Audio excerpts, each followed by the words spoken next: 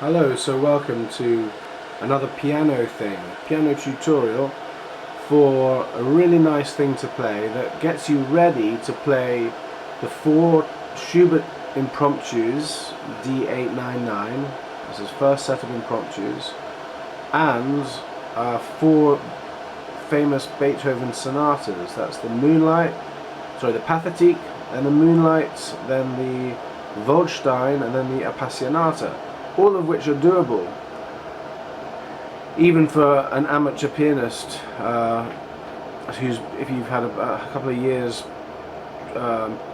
playing piano. Even if you don't know any scales. I don't know any scales, I've never learned any scales before. Even if you can't sight read music, I can't read sight music either.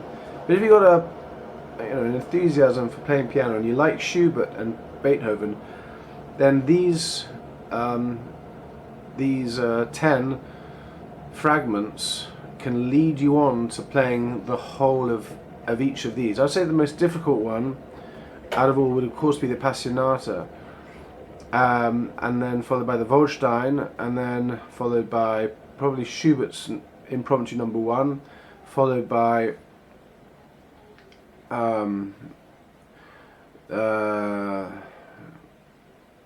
probably the Pathetique Sonata, followed by the Moonlight Sonata, then followed by the other 3 impromptus. So going to the most easy, then so it would be the so ending at the most easy would be number 2, and then number 4, and then number 3. Because, as I said, number 1 is quite difficult. I mean, it's not difficult from a technical point of view, but it's difficult from from a way in terms of the subtleties, really, of playing piano. So don't worry about that if you're just an amateur. Number 1's not that difficult in that case, but it's quite difficult to remember. But if you can sight read music, then fine, you'll be looking at these, of course. But if you can't sight read music, it's maybe more challenging to remember than the other 3 impromptus. So that's the order I would say it was in difficulty. I started with the most difficult, the Appassionata, going to the most easy, which would be the number 3 impromptu. Okay, so I'm just going to have a coffee now, because as with a lot of other pianists, well, not pianists, I'm not a pianist, but as with some really great pianists, coffee is a really good thing to have. Pour yourself a cup of coffee while you're practicing. Okay, so I'm gonna just put some milk in before we get going. Just show you this coffee here. I'm doing it.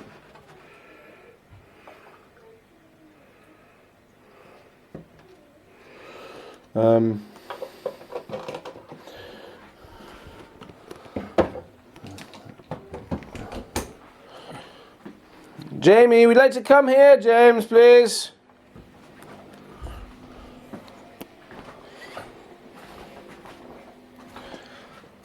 Yeah, so coffee is a nice thing to have whilst you do a bit of practice.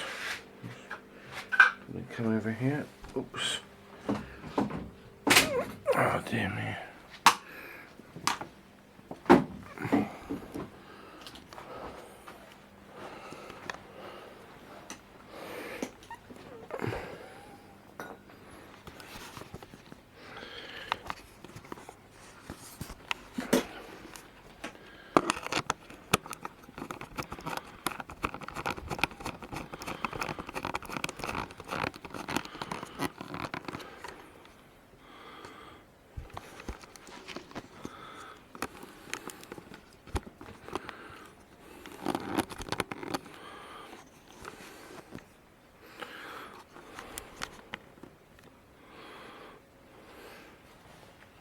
Okay, so it would begin like this. We'll begin with the Beethoven, and then I'm going to try to link the Beethoven to the Schubert. Okay, so here we go. How do we start? Oh yeah.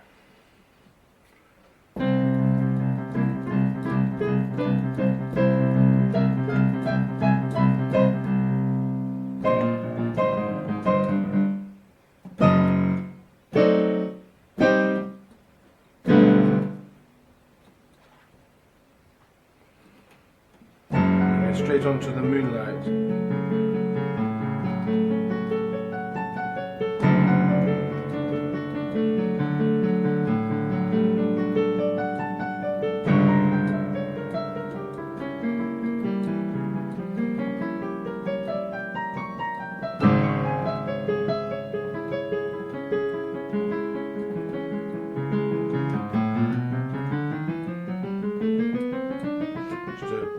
Dramatics. Here, this is where the trill ends. Down this way. That's the fingering to use.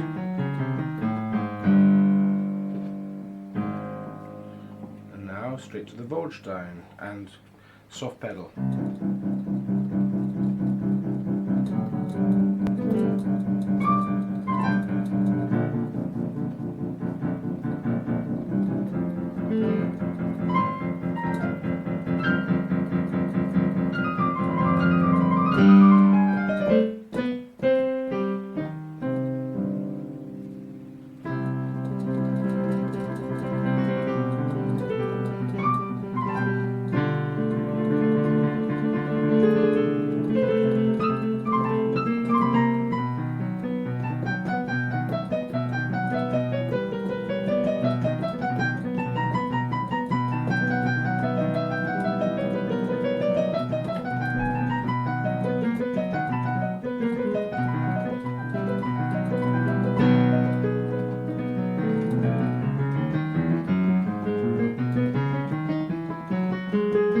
And that brings us to this. Miss out the C, go from the A flat.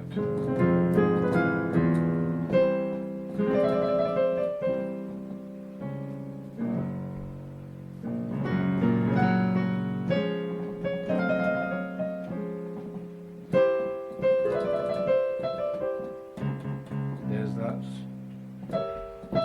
signature fate motif.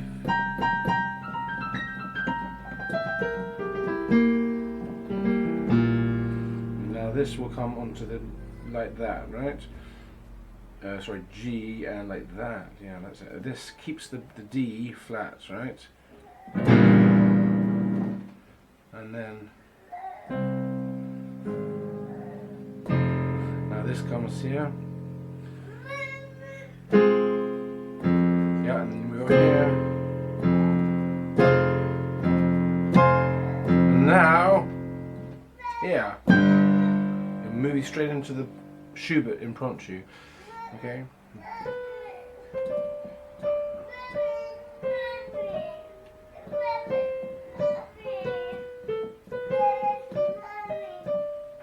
She's coming, darling.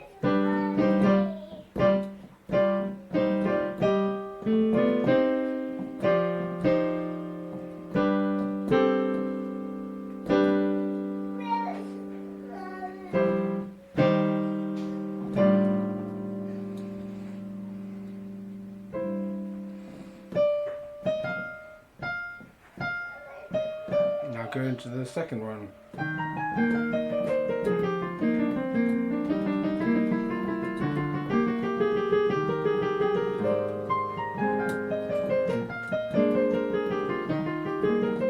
And again.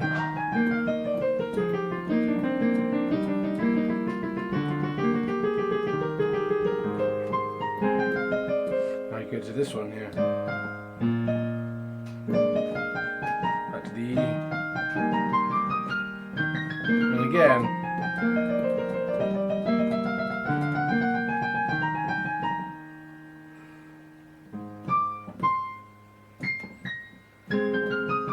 Now back to this one, usual one, first one I mean. And now back to the E.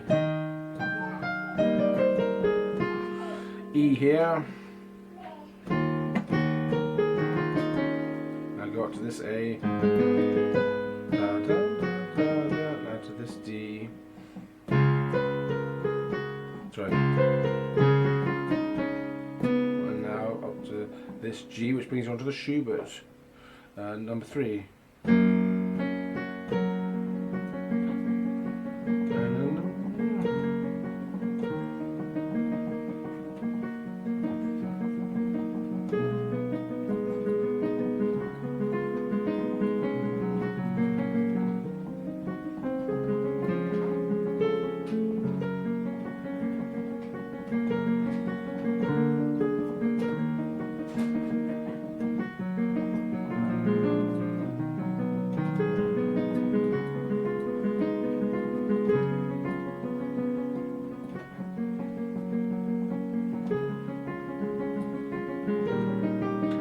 Number 4.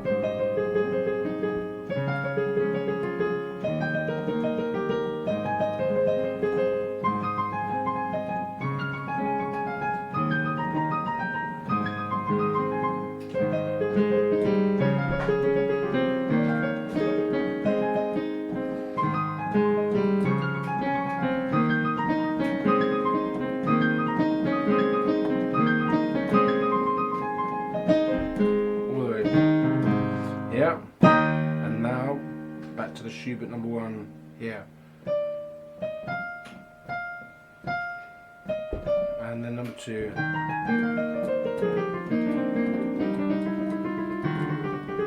and you can do that.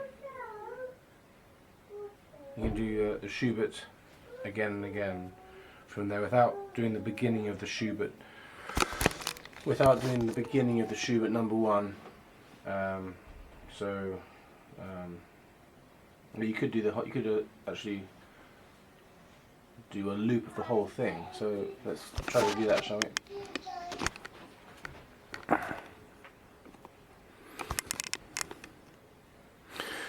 So let's do the whole thing and try to loop it. So starting with the Pathétique. Sorry.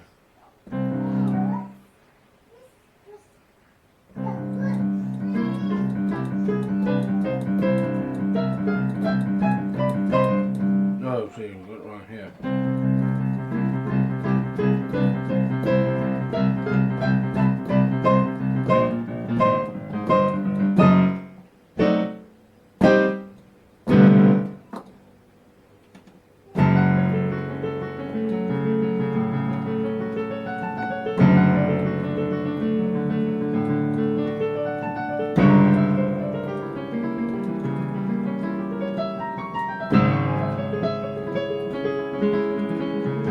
Fingering. Well, didn't do the fingering quite right, but.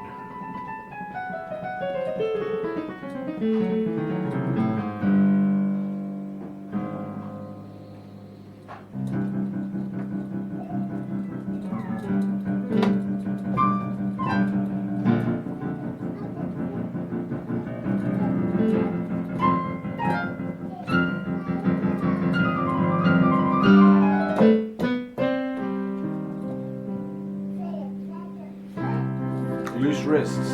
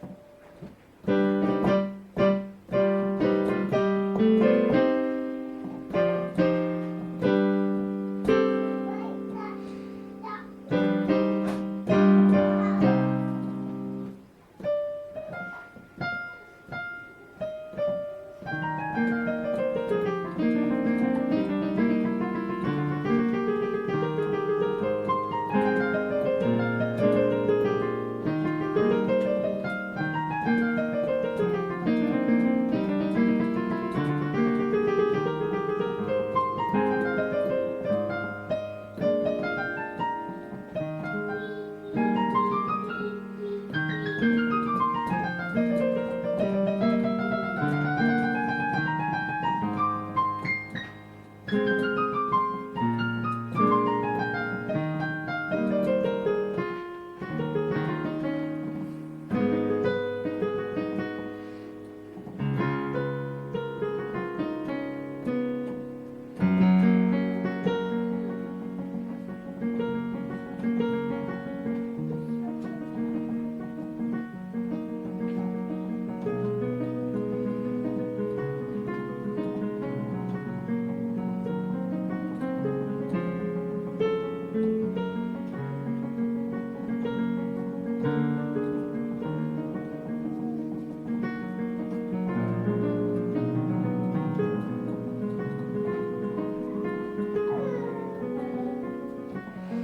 where it changes after this one.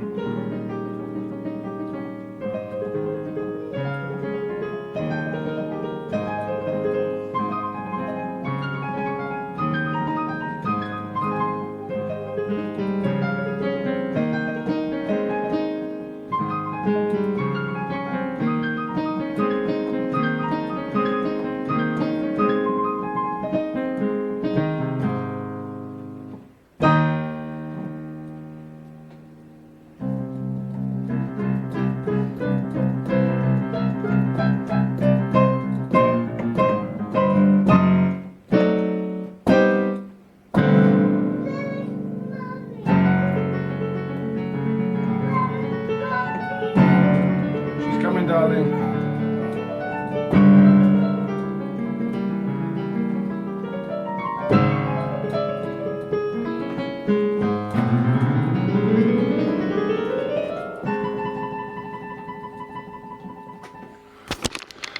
And that's the loop from the beginning. Again, Beethoven going around through Schubert and back to Beethoven, back to the Pathétique.